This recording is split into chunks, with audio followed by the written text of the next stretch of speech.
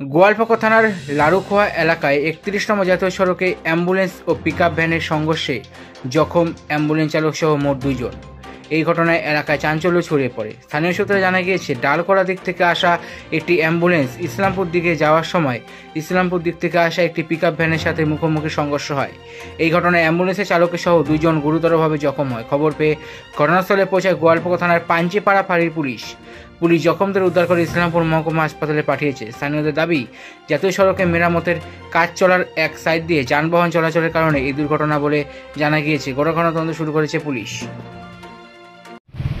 ওই যে এখানে যা ভুল আছে না, এক রোডে ওই রোডে কাজ হচ্ছে, যেহেতু কাজ হচ্ছে, আর এই রোড থেকে দুই দিকের গাড়ি যাতায়াত করছে, কিন্তু ওই জন্য হয়েছে।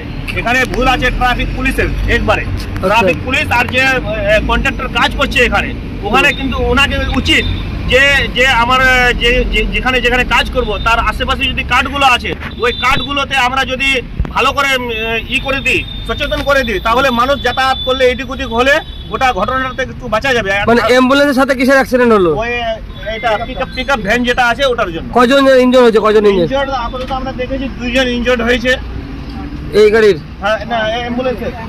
আচ্ছা, অ্যাম্বুলেন্স 2 জন আর ওই গাড়ি 1 জন? ওই গাড়ির না, ওই গাড়ির ভেঙে গেছে, ওই গাড়ির ইনজুর্ড হয়নি। তো এখন পেশেন্টগুলো কোথায় আছে? পেশেন্টগুলো এখান থেকে রেস্কিউ করে পাঠানো হলো হসপিটাল। আপনার অবস্থা কন্ডিশন খারাপ আছে পেশেন্ট। কোথা থেকে আসছিল অ্যাম্বুলেন্সটা?